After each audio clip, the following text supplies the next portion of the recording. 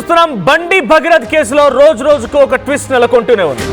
ఈ కేసులు మరింత తీవ్రతరం అవుతూనే ఉన్నాయి. భగీరథ్ పైన రోజు రోజుకి కొత్త కొత్త సెక్షన్లు అడిషన్ గా అవుతూనే ఉన్నాయి. అయితే పోక్సో కేసులో మరో సెక్షన్ జోడించారు పోలీసులు. తమ దగ్గర ఉన్నటువంటి ఆధారాలని అనేది చెప్పుకొచ్చాడు. నగర మెటీరియల్ ఎవిడెన్స్ ఉంది, 2 days టైం ఇవ్వండి పట్టుకొస్తానని చెప్పి ఆయన ఫోన్ ఎలక్ట్రానిక్ డివైస్ మొత్తాన్ని కూడా పోలీసులు స్వాధీనపరుచుకున్నారు. దాంట్లో మొత్తం డేటాని ఎరేజ్ చేశారట బండి భగీరథ్. మొత్తం ఎటువంటి ఆధారం లేకుండా కంప్లీట్గా ఎరేజ్ చేసేసాడు. అయితే దానిపైన ఇప్పుడు పోలీసులు బిఎన్ఎస్ సెక్షన్ 238 అడిషనల్గా దీనికి యాడ్ చేశారు. సిమ్ కార్డ్ లేకుండానే పోలీసులకి ఓ ఫోన్ ఇచ్చాడంట. సిమ్ కార్డ్ ఎక్కడుందని అడిగితే పోలీసులకు సమాధానం లేదంట. ఎక్కడో పెట్టి మర్చిపోయానని చెప్పి బండి భగీరథ్ చెప్తున్నాడంట. కాల్ డేటా, వాట్సాప్ చాటింగ్లు, సోషల్ మీడియా అకౌంట్లు కంప్లీట్ ఒక కొత్త ఫోన్ తీసుకెళ్ళి మనం పోలీసుల చేతికి ఇచ్చినట్టుగానే ఒక నయా ఫోన్ అన్నట్టుగా రీసెట్ చేసి మొత్తం పోలీసులకు ఇచ్చేశారంట. ఆధారాలని ధ్వంసం చేసి పక్కా ప్లాన్తో లొంగిపోయాడు అంటున్నారు పోలీసులు. భగీరథ్ పైన ఇప్పటికే 3 సార్లు సెక్షన్లు మార్చారు పోలీసులు. మొదట 8th May రోజున ఆయన పైన నమోదైనటువంటి సెక్షన్లు 74 and 75 of BNS and 11 red with 12 of POCSO act. ఇది 3 ఏళ్లకు లోబడి లేదా 5 ఏళ్లకు లోపల ఆయనకు శిక్ష వేసేటువంటి ఒక సెక్షన్స్. ఇది మొదటి రోజున బాధితురాలు తల్లి ఇచ్చిన ఫిర్యాదు ఆధారితంగా నమోదైన సెక్షన్లు. ఇకపోతే 12th May రోజున 501 రెడ్ విత్ 6 ఇది పోక్సో యాక్ట్ కింద నమోదు చేసిన మరో కొత్త సెక్షన్. ఇది 12th May రోజున ఆ అమ్మాయి యొక్క స్టేట్మెంట్ రికార్డ్ చేసిన తర్వాత సిట్ అధికారులు అడిషనల్గా నమోదు చేసిన సెక్షన్.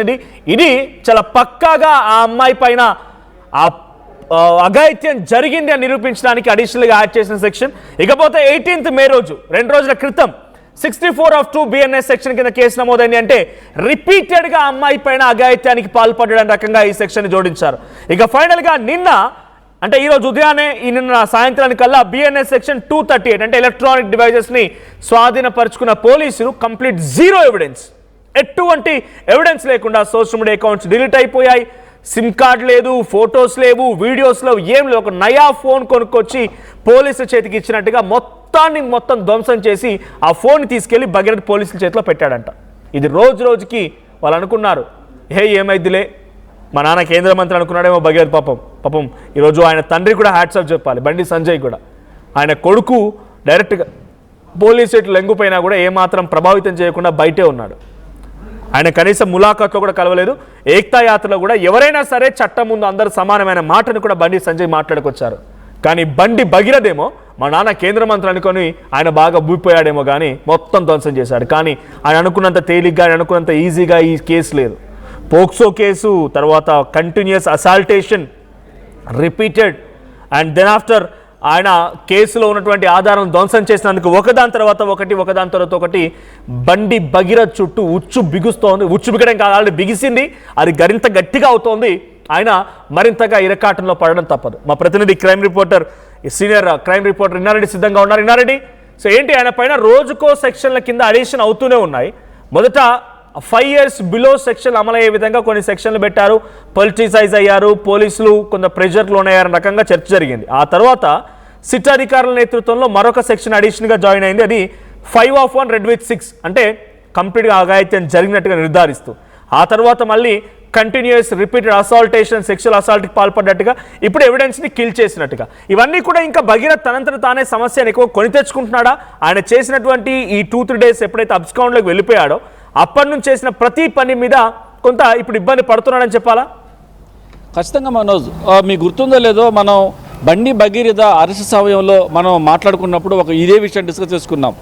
అతను జనరల్గా ఈ అరెస్ట్ ప్రొసీడింగ్స్లో అతను అరెస్ట్ చేసిన తర్వాత అతను మొబైల్ సీజ్ చేయడం జరుగుతూ ఉంది. ఆ మొబైల్లో ఎలాంటి డేటా లేకుండా తిరిగి ఇస్తానని చెప్పేసి మనం గతంలోనే చెప్పుకోవడం జరిగింది. అది ఇప్పుడు వాస్తవం అయిపోయింది. అయితే ఇలాంటి డేటా లేకుండా ఇవ్వటం అనేది కూడా అంటే సాక్ష్యాలను ధ్వంసం చేసి ఇవ్వటం. తర్వాత చాలా కీలకమైన విషయం, సిమ్ లేదు, ఎక్కడో పోయింది. అంటే జేబులో పెట్టుకున్న డబ్బులు పోవడానికి మొబైల్లో ఉన్న సిమ్ ఎలా పోతుంది?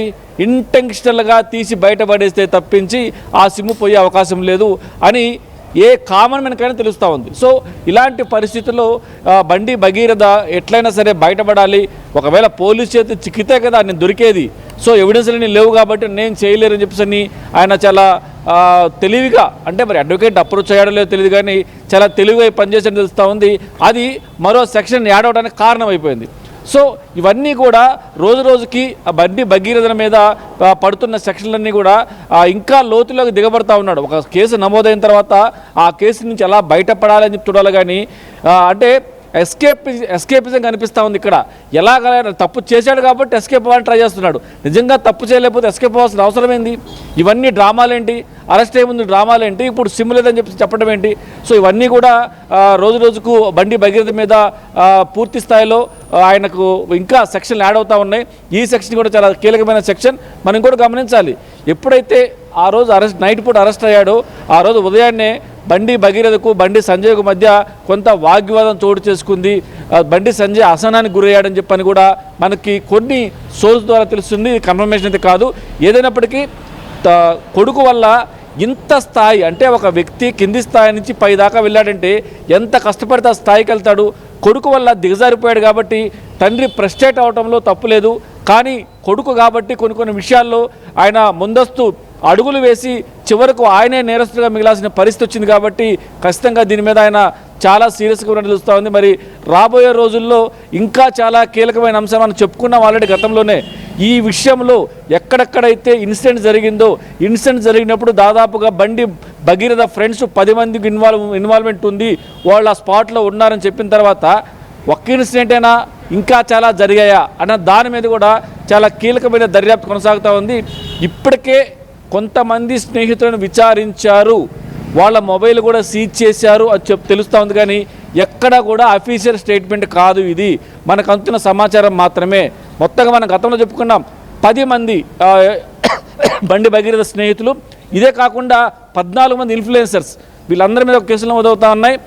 ఈ బండి భగీరథ కేసులో కావాలని చెప్పి అమ్మాయిని డీఫేమ్ చేసే ప్రయత్నం చేసిన అందరి మీద కూడా చాలా సీరియస్ సెక్షన్లు పెట్టబోతున్నారు. ఇది మామూలు విషయం కాదు. ఒక సెన్సిటివ్ ఇష్యూలో బాధితురాలు ఫోటోలు వీడియోలు పబ్లిష్ చేయడమే కాకుండా ఆమె గురించి అసభ్యకరంగా మాట్లాడటం, డీఫేమ్ చేయటం, ఇవన్నీ కూడా నేరానికి మాత్రం చాలా దారుణమైన పరిస్థితి. కొంతమంది వీడియోలో స్టేట్మెంట్ ఇస్తున్నారు, ఎవరైతే ఈ రకంగా అమ్మాయిని బ్లేమ్ చేశారో మమ్మల్ని ఏం చేస్తారు, మేము దేనికైనా సిద్ధం. భగీరథ విషయం మాట్లాడుతూ ఉంటే భగీరథ ఇలాంటి సమాధానాలు చెప్తుంటే పోలీసుల వైపు నుంచి యాక్షన్ ఏంటి? అంటే టెక్నికల్ గా ఆ డేటా మొత్తం రిట్రైవ్ అవుతోందా, పాసిబుల్ అవుతోందా? లేదు ఆయన సిమ్ విషయంలో ఎవరైతే తనని ఆ కేసు నమోదైన నాటి నుంచి ఇప్పటి వరకు దాచిపెట్టారు, ఎక్కడున్నారు, ఏం చేశారు, ఎవరిని కలిసారు, ఎవరితో పాటుగా ఉన్నారు, మిమ్మల్ని ప్రొటెక్ట్ చేసింది ఎవరు, ఇవన్నీ క్వశ్చన్లు పోలీసులు అడుగుతున్నారా బండి భగీరథని? ఎందుకంటే పోక్సో యాక్ట్ లో నిందితుడిని దాచిపెట్టడం కూడా ఇట్స్ బిగ్గెస్ట్ క్రైమ్.